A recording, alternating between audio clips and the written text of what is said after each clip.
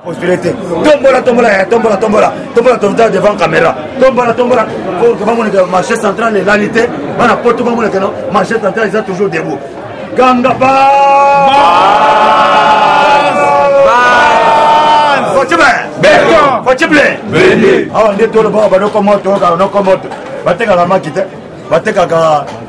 batekaka masanga te bango bayena matuza bazali awa nde oyoki hermane koy na lobi nazwa na 14 bor azwa nango eza nini manga te atekaka bitable te azwa na 14 bor oyo babengi mandat d'arrêt international omoni FCC aza panique na minute otoloba awa baza na panique akosakana te na minute oyo le seul protecteur elobi zakariba abasavi le seul protecteur ya FCC se Fachi soki Fachi alobi ale omukama bekolo nde toloba décembre no chef d'état alobi te tokofete kitoko eza décembre yango sikoyo nde toloba mwana mboka bauti koboma monsieur le général Adolf Nalou au FARDC abongi babenge Mukubwa Islam Hollandais na bato konga ba média nous europe Mukubwa Islam a été abattu tué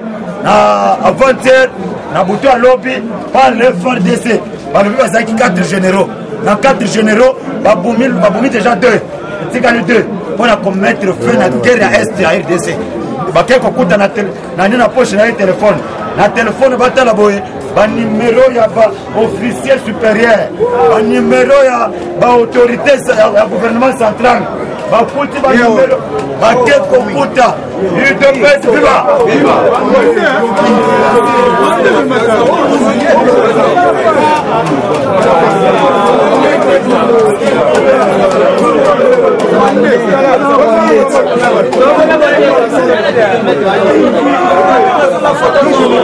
oyo nde bazaki kobenga seigneur de guerre Mukubwa Islam oyo azali parmi les auteurs fauteurs de troubles à l'est de la République yango tokosenga bobeta maboko makasi pour FARDC.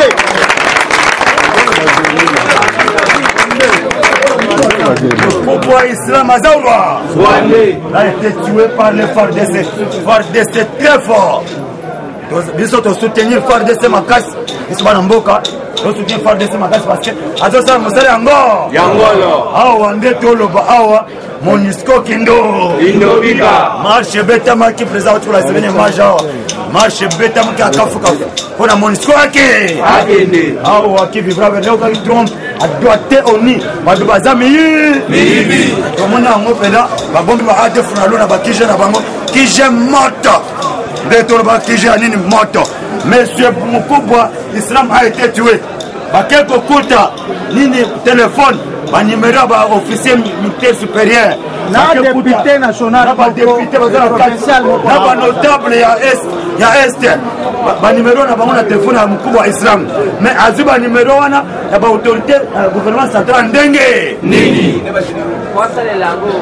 awa nde toloba bazomene banquete pour bayeba ba numéro wana bazwaki yango ndenge nini awa okoyoka bati lukwebo aza kosepela aza en fait na bato na ye ministre intérieur Gilbert Kankonde frappe encore ntango ayaki azwa neti mwa silence babi te ayebi mosala te papa mosala ebandi awa FDCA nde toloba awa na ba Steve Mbika bazangi place ya kobatama bakomi mbeya nini FDCA ba reconnaître kaka ya bati lukwebo ba toloba awa toloba te le 24 oyo janvier tozana fête ya monnaie une année anniversaire ya Fachi Beto une année au pouvoir il dépasse au pouvoir sikoyo wana mokonzi akomi sikoyo siama na yo umelana kuna ba prérogative no sekoti na zota bia nde omonaki carte ya FCC ezalaki ke Fachi akokisa ina nete parce que aza fils de l'opposant historique aza na bololo na motuna remaniement papa lumbe président va prérogative non c'est contre les autres je ne suis pas en chômage tu es toujours en chômage je ne suis pas en chômage bientôt là je serai un informateur nommé par les chefs de l'État pour identifier une nouvelle majorité qui devra faire on est constitutionnel papa yo zolela awa ozi musalate fachaza mayele sokazo biso ba vrai combattant ça biso na ba FCC bana ba buma biso na ba poison deuxièmement bana ba bebisa biso nani na muyibi parce que bana ba biso la stratégie ya koyiba au contraire biso to ezaba état de droit to ko sangana muyibi te il faut ba chia biso na moment ya biso moko tozo travailler biso moko oko travailler n'ennemi soka bomio te a relation muyibi so ba relation muyibi ba bomio pe sur la plan mususu de mon tous les vrais combattants na bisbino tozana na kwala tous observer mon conseil asa musana à nettoyer diplomatie la région à nettoyer SADC abimi akiti na niveau États-Unis azu ambane ba akiti na niveau RIS ambane ba akutana ba Vladimir Poutine akutana ba décider ba colon net ba brigade mbongo belé bazo kita za omona oh toli akate toli ate bango ba ke obemisa mbango ba misi ba franc congolais mbango ba il a rigé pour que dollar remat mwana ko ya maîtriser dollar abisi bango boza calme ba boa ki amosko ndina minute bazana information da bazana excellent ba sololi ba lume to yoki ke mwana ko ya lina boaka monnaie asika ne longia atatana le peuple d'abord monnaie auto ben le peuple d'abord Moi, ça, les Longues, tu dis, tu as aussi. Ce que vous avez dit, Brazzaville, qu'elle ne connaît pas. Qu'elle ne connaît pas. Viva! Viva! Stratégie contre stratégie.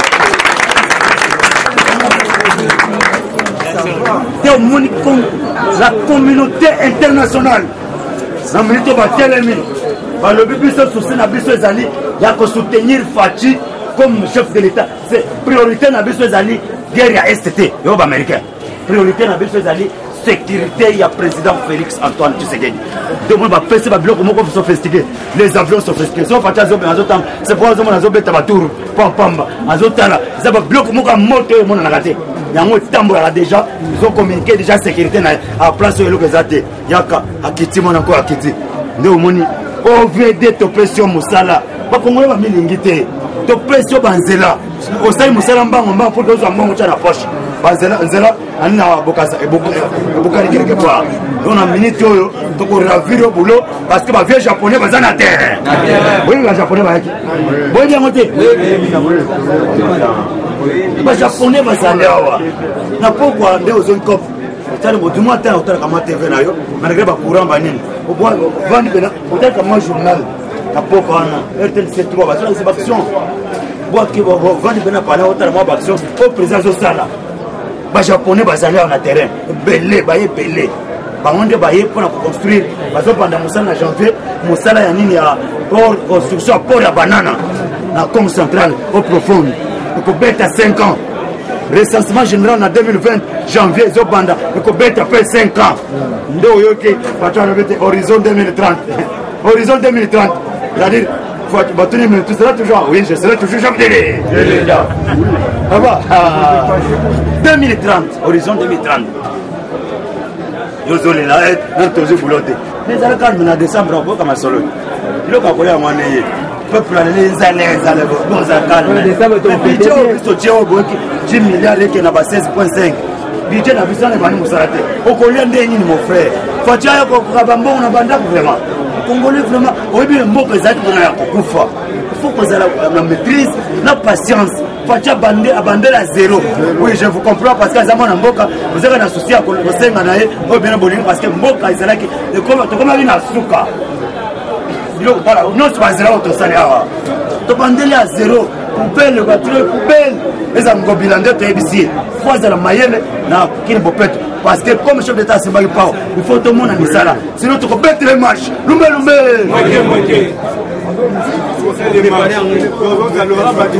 Mon combattant, Awa, Yébake, une marche dans le célité.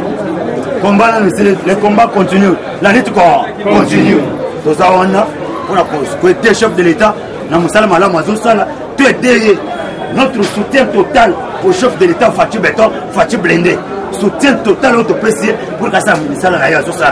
En minute au bisto contrôler vango, liste le cola liste. Par résolution qui sent mort né.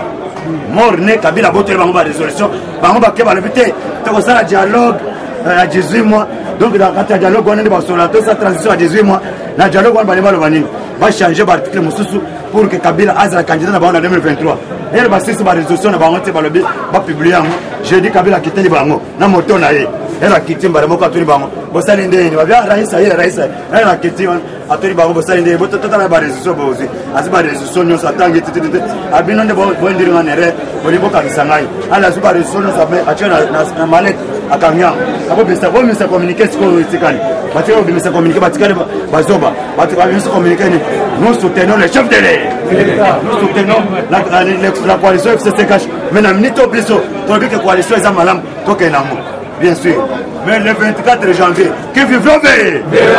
On dit de passer à Mayele. Tu me dis, ministère de la Défense, justice, l'union, portefeuille, tu n'es pas que non. Si tu bloques le ministère, tu as un gouvernement. Pas bloqué à Salaté, pas bien la communauté nationale, moto à bloqué. Parce que le FCC, dans la mouka bazaki même morale, bazaki a Djomoko, n'est-ce qu'on fait jouer à la sagesse, à tirer par mon besoin sur la souveraineté Bolokaka, besoin mais à piéger dans une année. Tel le bango va piéger Fati, n'a pas franc congolais pour le larguer, dollar et matin. Fati peut piéger dans monnaie à Sika. En janvier, va se les actes qui il y a un budget na biso bon non c'est ça transformé en franc congolais va foutre baton franc congolais va fonctionnaire va militaire va ni na décembre na franc congolais bon cautionner stratégie haïtienne autres qui na mo programme le peuple d'abord ça na maboka fatina minito ayebi comment est-ce que dollar ko kita ayebi comment est-ce que beta kindingwa pour que dollar moko le dali to la et dollar 80 et 70 oh nini oh 60 on s'est calmé stratégie ça na limité ba politicien ba ça na limité kabila zongeli montar na ye moto kumbaka ye wana zongi chauffeur na ye ya mwana de faux payer on a avion na zo fibra le 8 décembre na uzana permanence à IDPS na ko bete concert premier titre mon chauffeur m'a trahi mon chauffeur m'a trahi deuxième titre na ya lobi na ko bete d'abord on va bengi qui va nager le premier? Qui va nager le premier? On nage mon toit liboso. On a concert. Le 8 décembre, parce que folklorique. Bani ba fumu bani ba kubet ba koza kona ba présenter ba kona ba kosala ba concert ba kubeta non des fois à cette occasion on a ba beta concert mon chauffeur m'a trahi que vous avez ah oui des fois on comme ça awa carte za kitoko mwana mwana awa ndio token na uti kolo awa trois conseillers chefs de l'État sont arrêtés sont aux arrêts. Monsieur Lobo, neto na bao, era kitina lopor na batonaye. Na maleta na bango prospection ya miba bachaki groupe président na puka signé. Nini ordre mission ba kitina terrain ba français, ba c'est la prospection ya miba na jama ko na miba. Ba conseiller wana o ba bengi usurpation du pouvoir. Ba koti na kati ya nini ba na bloc wana, bango pe ba kité au chef de l'État mutanche biso. Mukanda bazana, eloko bloquer bango eza mukanda le kota. Au chef d'État, au Bengi Premier ministre, Lunga Lukamba, oh Azoka Fachi, Mwana Fachi, Baraboke Lunga Lukamba, Bengi président de la République, papa, faut que tu vas au à l'aéroport. Mais Nani Atinda Kibino, la mission Wana. Papa, oh je suis le conseil chef de l'État, oh voici ma carte, voici ma carte, papa, Nam Malette, Botoli, Nanini, allez, l'État, oh mon camarade, vous êtes en prison. Et un message fort, il y a état de droit. Oyo ebani musala bato organiser que non comme donner makambaza muto FCC ba kangaite kabela ndia za 100% ndio tolo toza awa to bien kabela ke kolibere donner makamba 10 ans de prison ferme police wa bete na 20 ans de prison ferme na ba mande belé donner makamba na mito azana ndolote balongola ke na ndolo ba ke na makala azana chambre moko na Mike Mukebai. C'est du bas. État de droit. La semaine prochaine, Fatia Zoban nommé magistrat. A nommé procureur général de la République. Zone nommé. Toyoki a mis ses lois. Loi on a promulgué. Après ça, il y a eu gouvernement. Après ça, mon parlement. La plénière aux quotas. Parce que le 15 décembre, badepute oyo nyonso bazokende anini vacance parlementaire toyebi te mpe nanga moko ya depute abibe peti toyeba mpe te soki tokokende libela parce que retour eza na mars retour eza na mars toyebi te qu'est-ce qui va arriver après janvier yoka yaya awa siko président de la république apromulgue loi apesa yango ilunga elukamba loi wana eza loi ya nini ilunga elukamba ifo pesa yango parlement il faut adopter loi wana baza obligé à adopter loi wana oyo loi tobengi réforme de l'armée réforme de la de la CENI et réforme de la cour constitutionnelle soki baboyi koadopte loi wana vi asimbi motu na beti bo vi asimbi motu abosanaki bi siko soki asali yango te soki ya parlement adopte yango te yebaka yango na minute oyo siko crise ekokota entre parlement na gouvernement chef d'état siko asiami abiko mabena moko bokomi kopotana nga siko nazo dissoudre nyonso mpona lelo bana mboka je dis je vous remercie abo. Eshima, votre magazine qui bat au rythme de l'actualité. Une réponse à vos besoins en information, un éclairage dans divers domaines. Impartial, documenté, instructif. Eshima au cœur de l'info. Retrouvez la nouvelle édition.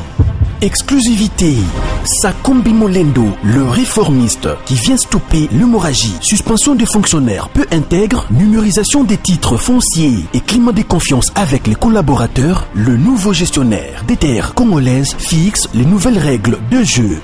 Focus, Lambert Mindi, Omalanga, le souverainisme comme un dogme. Redressement délaissé, Tomaluaka Losenjola, l'homme de la situation. Dossier Eshima, fini les vacances, vive les rentrées. De la politique au judiciaire, en passant par les scolaires, les derniers trimestres de l'année 2019 en RDC est décoiffant. Économie, BCC, un cadre des rétrocommissions et détournements à passer au peine fin. Découverte, Claude Ibalanki et Colomba, les coordonnateurs du MNS au centre de l'action de Félix Tshisekedi dans le Grand Lac. Les dialogues et pourparlers en RDC qu'en tire le peuple. Tubaou, la clé de la mythologie kassaïenne. Retrouvez l'intégralité du magazine Eshima dans les kiosques. Eshima Magazine, un nouveau standard d'information.